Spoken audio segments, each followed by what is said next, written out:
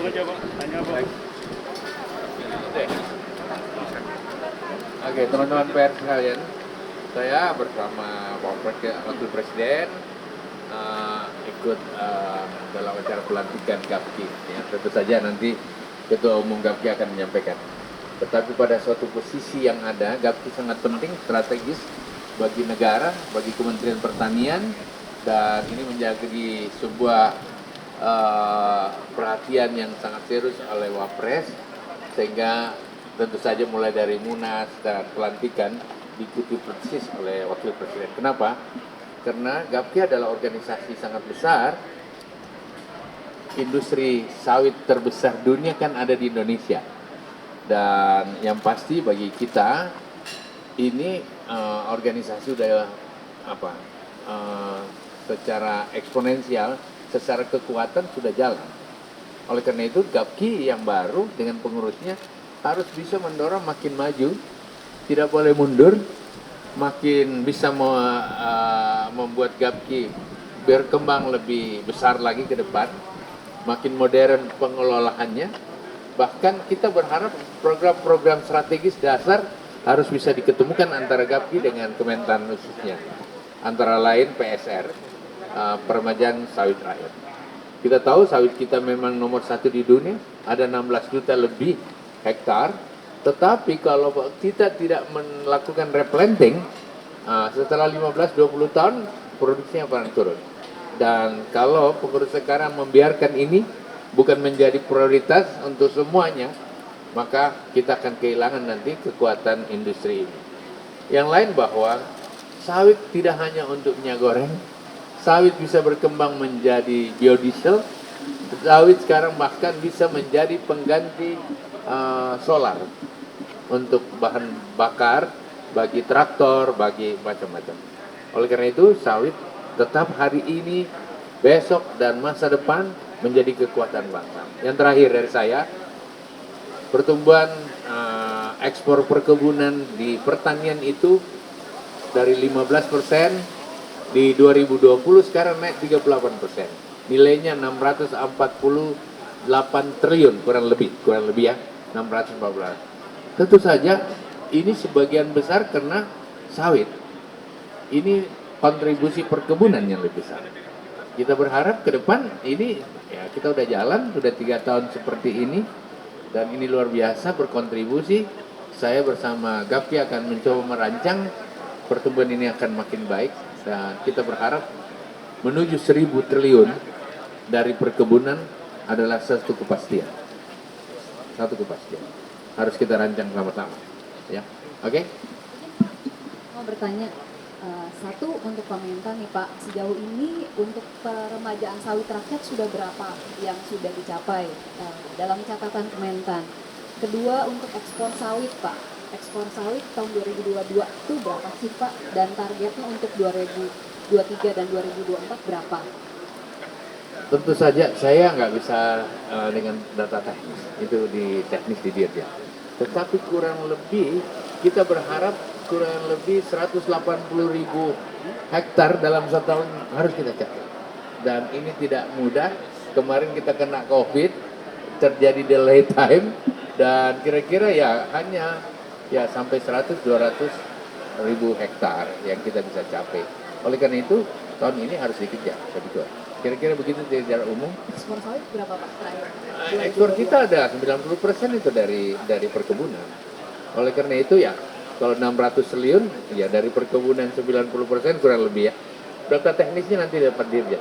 Ya kurang lebih. Ya.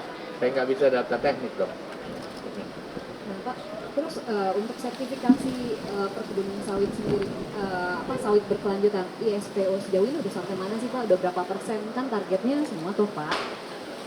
Ini nggak, saya nggak bisa jawab gitu. Terlalu teknis. Izin saya masih ada cara ya boleh.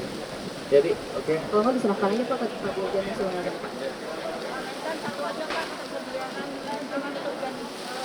Bulan Ramadan dan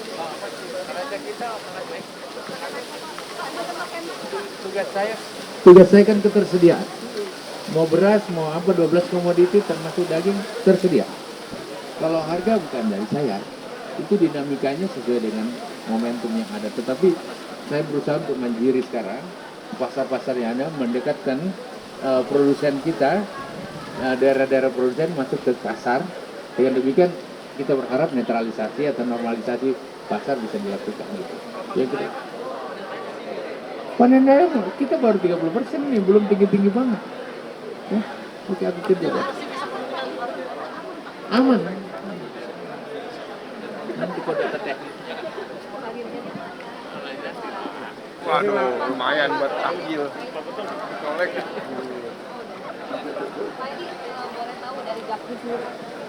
Dari Gapki Pak, kalau sejauh ini kan Pak Wapres berharap bahwa Gapki bisa membantu mengatasi kampanye negatif tentang sawit Indonesia di luar negeri gitu ya Pak. Kira-kira apa sih yang bisa dilakukan oleh Gapki? Kedua, soal ISPO Pak, sejauh ini kesulitannya di mana sih Pak? Udah berapa persen misalnya anggota Gapki atau perusahaan-perusahaan yang mendapatkan ISPO, kesulitannya apa gitu? Baik, jadi kalau untuk Pak Wapres mengenai tadi masalah apa nih? Kampanye negatif. Sebenarnya sudah kita lakukan dari kepengurusan sebelumnya. Kita selalu koordinasi dengan pemerintah. Jadi tidak bisa hanya Gapki.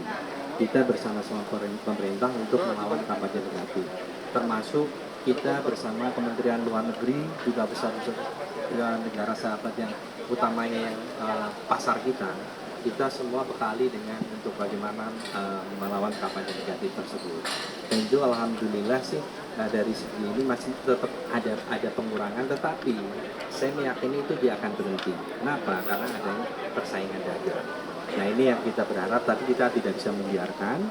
Kita tetap akan terus koordinasi dengan pemerintah. Jadi nanti ada G2G, ada B2B juga.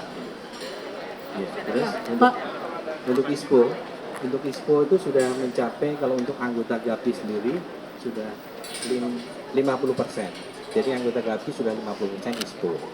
Nah itu, jadi kita berharap nanti di tahun, termasuk di aturan yang di pemerintah kan kalau bisa 2024 sudah ISPO semua.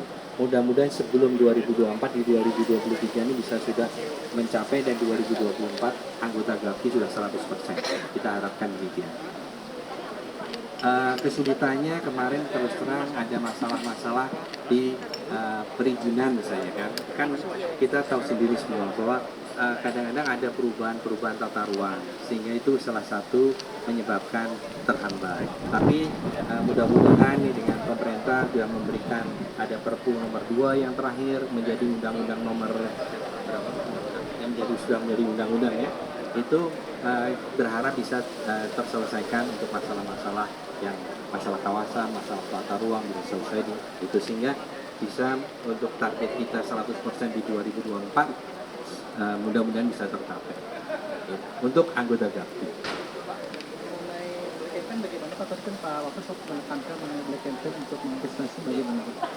Jadi saya tadi sampaikan dari kepengurusan periode sebelumnya dari zaman Pak Joko itu sudah sangat aktif kita bersama pemerintah, bersama BPDP juga, kita melawan kampanye negatif tersebut.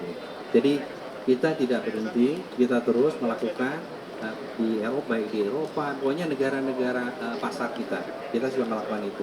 Nah ini akan kita lanjutkan terus di periode yang berikutnya ini. Jadi kita tidak bisa sendiri untuk melawan ini, harus bersama pemerintah. Begitu. Dampaknya yang jelas nanti akan bisa, kalau kita diamkan, akan bisa mengurangi pangsa pasar kita bisa turun. Kalau kita diamkan, tapi kan kita tidak diam. Kita terus melakukan upaya-upaya untuk melawan itu dan memberikan pengertian kepada konsumen kita di Eropa juga mengenai sebenarnya minyak sawit itu sebenarnya seperti apa sih. Nah itu kita tidak pernah berhenti melakukan itu, dan itu kita kerjasama dengan pemerintah. Kita tidak sendiri.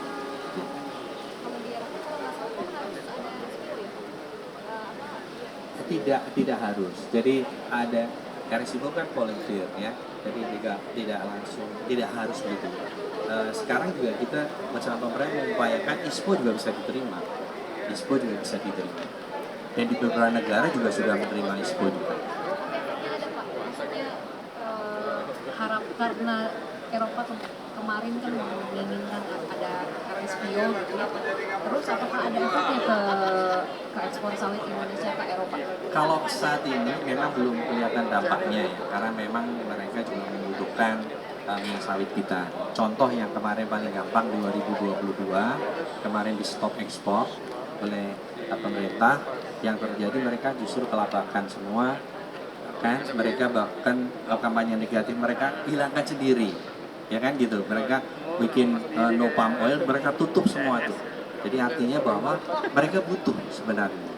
Nah itu jadi belum kelihatan, tapi kita tidak boleh diam. Kita jangan mentang-mentang mereka butuh terus kemudian kita diam. Itu tidak.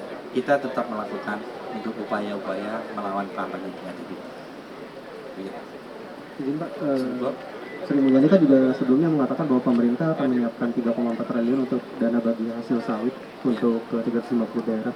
Kira-kira dari Gapki sendiri di kepengurusan baru ini ada tanggapan terkait dengan kebijakan tersebut? Justru kita waktu penyusunan itu kita mendorong harus ada dana bagi sawit supaya nanti bahwa mereka daerah ini merasakan juga sebagai produsen sawit juga ada manfaatnya, mendapatkan bagi hasil seperti minyak misalnya kan begitu. Nah kita yang mendorong ke sana. Jadi kita sangat support pemerintah, Menteri Keuangan Ibu Sri Mulyani untuk yang masalah dana bagi hasil. Kita tidak ada masalah. Kita sangat mensupport itu. Iya, Pak Edi. Pak, izin Pak. Ya. Pertama, Pak Wapres tadi mengharapkan kerjasama dengan pesantren-pesantren. Ya. Sekarang realisasinya sampai di mana progresnya? Kemudian lagi satu Pak, ini kan momen Lebaran dan Idul Fitri.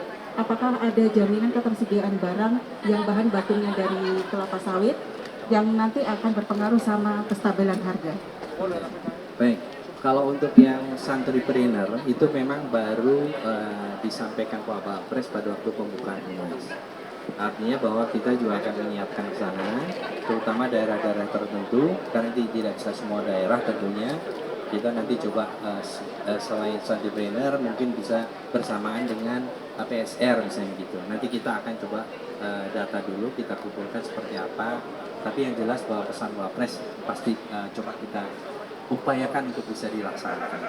Kemudian mengenai ketersediaan bahan baku, sampai sekarang tidak ada masalah. Bahan baku masih tersedia.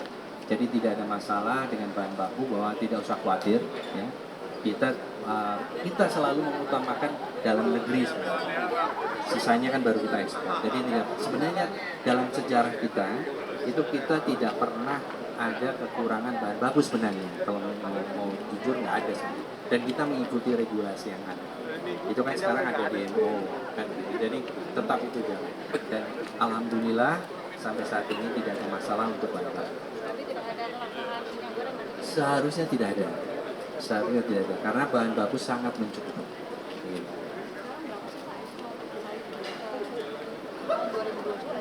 Kalau ekspor sawit 2020 33 juta ton kira-kira. Nilainya 39,3 miliar US dollar. Jadi kira-kira 600 triliun lebih. Oke, cukup. Baik, terima kasih.